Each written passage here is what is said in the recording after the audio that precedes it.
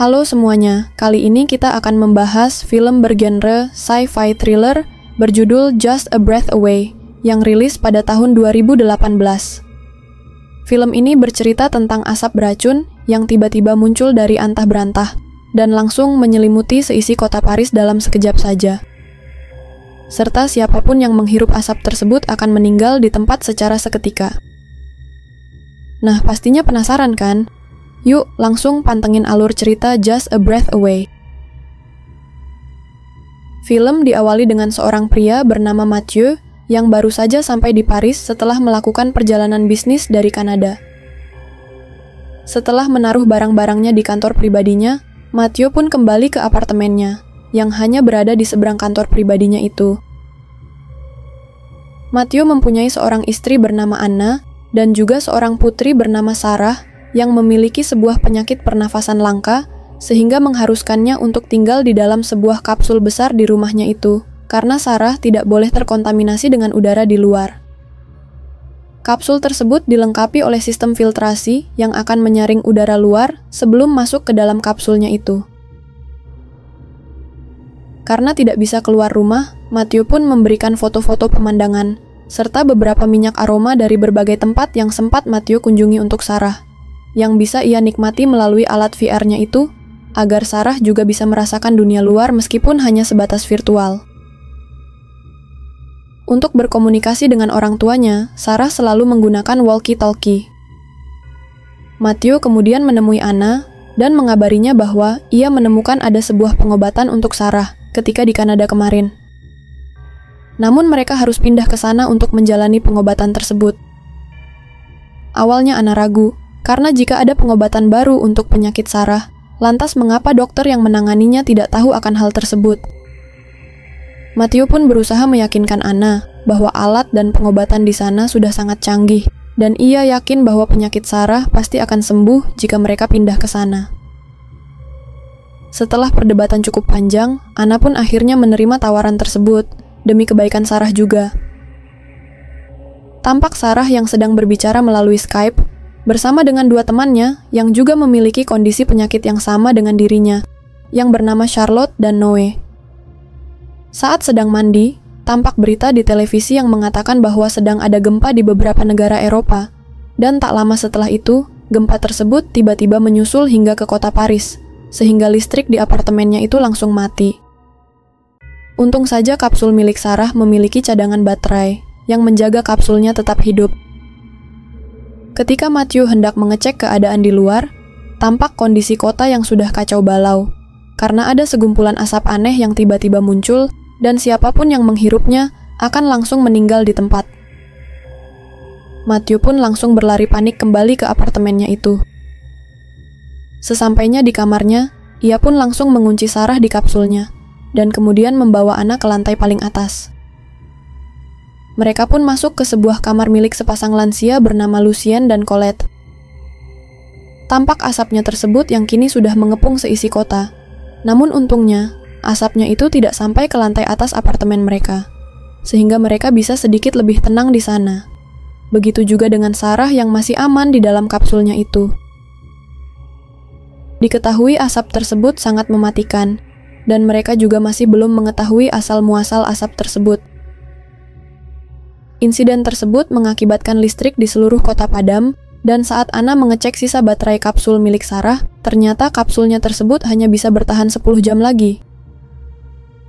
Mathieu lalu pergi ke atap apartemennya, dan tampak seisi kota di seluruh Paris kini sudah terkepung asap mematikan tersebut.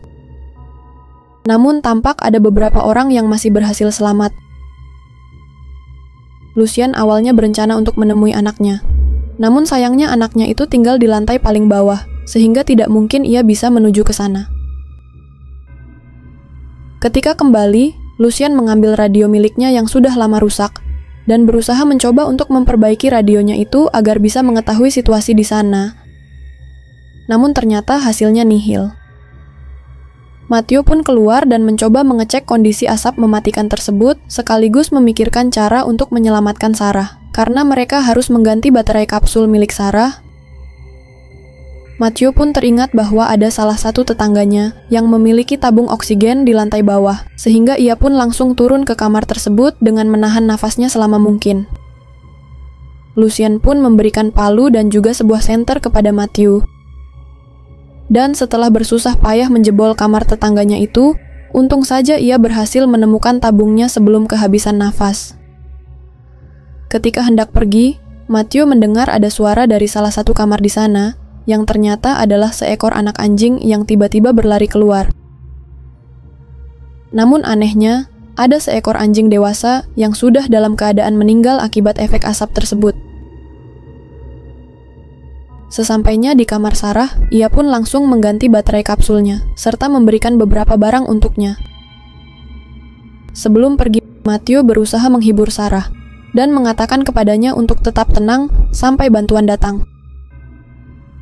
Namun, bukannya kembali, Matthew malah keluar dari apartemennya itu untuk mengecek kondisi di luar sekarang. Tampak banyak sekali mayat-mayat berjatuhan di jalanan. Setelah mengambil beberapa barang dari mobil yang terbengkalai, tiba-tiba ia bertemu dengan sekelompok militer yang sedang mengevakuasi orang-orang yang masih selamat dan akan diarahkan ke sebuah daerah bernama Montmartre yang dikabarkan aman dari asap di sana. Tentara tersebut juga belum mengetahui sumber asap tersebut dari mana, sehingga tentara hanya memberikan oksigen murni kepada Matthew dan juga mengajaknya untuk pergi ke Montmartre bersama. Namun Matthew menolak ajakan tersebut karena keluarganya masih terjebak di sana. Ia pun hanya meminta tabung oksigen yang baru untuk ia bawa kembali ke apartemen.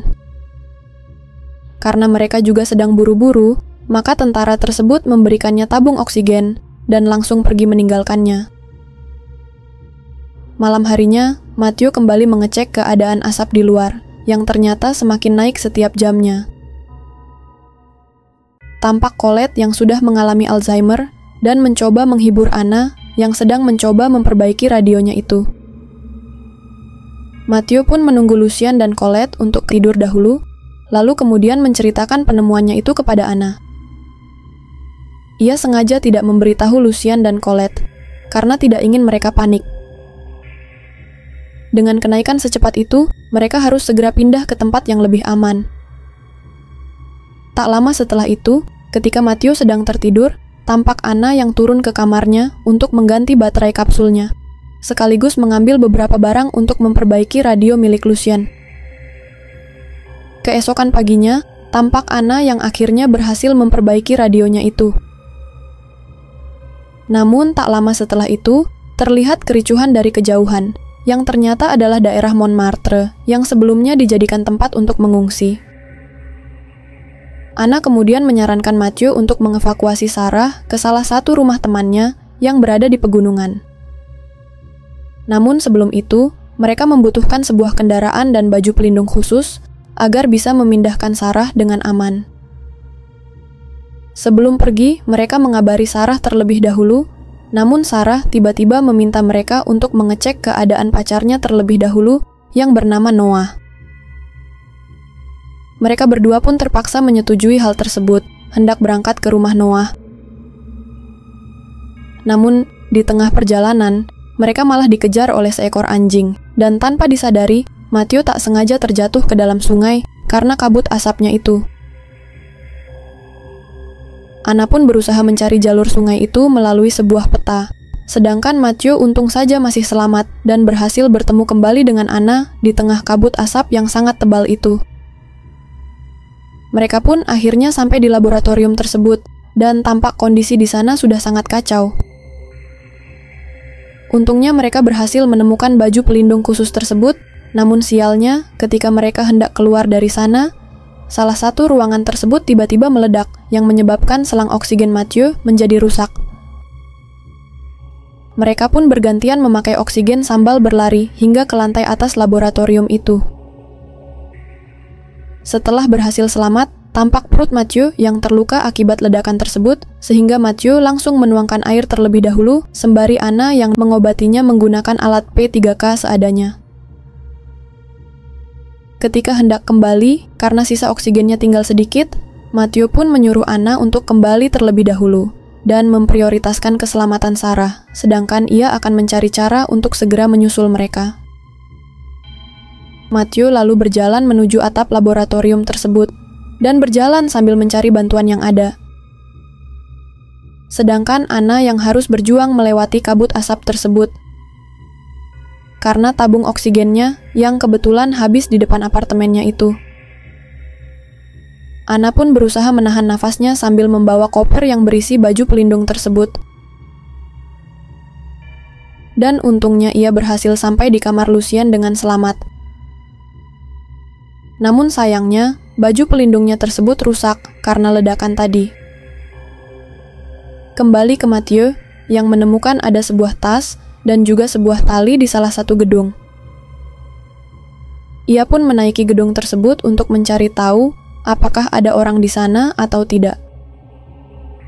Sesampainya di sana, terlihat ada jejak darah dan juga mayat seorang petugas yang diseret dari dalam parkiran mobil tersebut. Melihat ada sebuah tabung oksigen di sana, Matthew pun langsung mengambil tabung tersebut dan hendak pergi dari sana.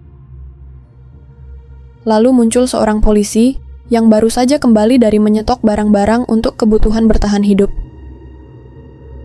Polisi tersebut jugalah yang sudah membunuh pria di luar tadi, karena berusaha mencuri barang persediaan miliknya. Polisi tersebut pun menyuruh Matthew untuk mengembalikan tabung oksigennya sambil memegang sebuah pistol. Mengetahui nyawanya sedang terancam, Matthew pun langsung mendorong polisi tersebut hingga jatuh ke bawah parkiran dan akhirnya berhasil melumpuhkannya. Ia pun mengambil pistolnya dan segera kembali ke apartemennya. Saat sedang mengobrol dengan Sarah, tampak baterai kapsulnya yang tersisa 5% dan hanya bisa bertahan beberapa menit lagi. Namun karena tabung oksigennya sudah habis, Anna pun terpaksa memutuskan untuk turun sendiri tanpa oksigen sama sekali demi kelangsungan hidup anaknya itu. Lucien awalnya sempat menawarkan bantuan untuknya, namun Anna langsung menolaknya dan memintanya untuk menemani istrinya saja di sana. Sebelum pergi, Anna pun menyempatkan diri untuk mengatakan pesan-pesan terakhirnya, namun karena baterainya sudah tersisa 2%, Anna pun langsung berpamitan dan sadar bahwa ia mungkin saja tidak akan selamat.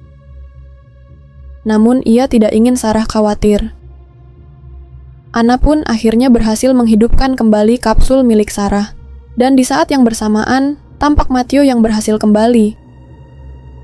Namun sayangnya ternyata Anna harus meninggal dunia sebelum ia sempat kembali ke kamar Lucien. Matthew pun dengan sangat terpaksa mengabari kabar sedih tersebut kepada Sarah.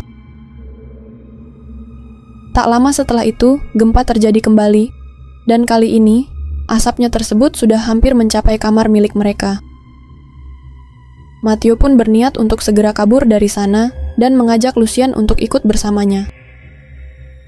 Namun Lucien merasa bahwa ia sudah hidup cukup lama dan juga tidak ingin meninggalkan istrinya sendiri di apartemennya itu, sehingga ia pun menyuruh Matthew untuk segera pergi saja dari sana. Sebelum pergi mencari baju pelindung baru untuk Sarah, Matthew pun menemuinya terlebih dahulu dan mengatakan bahwa ia berjanji akan segera kembali dan membawanya pergi ke tempat yang lebih aman dari sana. Lucien dan Colette pun memutuskan untuk tidur berdua di tempat tidurnya, menunggu asapnya tersebut mencapai mereka. Matthew pun berhasil menemukan sebuah jaket pelindung di salah satu mobil di sana, namun ketika hendak kembali menggunakan sepeda motor, ia malah mengalami kecelakaan dan langsung pingsan seketika. Sarah pun berusaha menghubungi Matthew, namun ia tidak menjawab sama sekali, yang membuat Sarah semakin khawatir. Lalu tiba-tiba saja, ada seseorang yang masuk ke dalam kamarnya itu. Saat terbangun dan hendak berjalan kembali ke apartemennya, Matthew pun berusaha menghubungi Sarah, namun ia tidak menjawab sama sekali. Sampai akhirnya Matthew melihat ada siluet dua orang dari sana, yang ternyata adalah Sarah dan juga Noah, yang ternyata imun terhadap asap tersebut, meskipun ia tidak tahu bagaimana hal tersebut bisa terjadi. Tak lama setelah itu, tampak Matthew yang kini terbangun di kapsul milik Sarah. Melalui walkie-talkie-nya, Sarah pun mengatakan bahwa ia akan segera menemuinya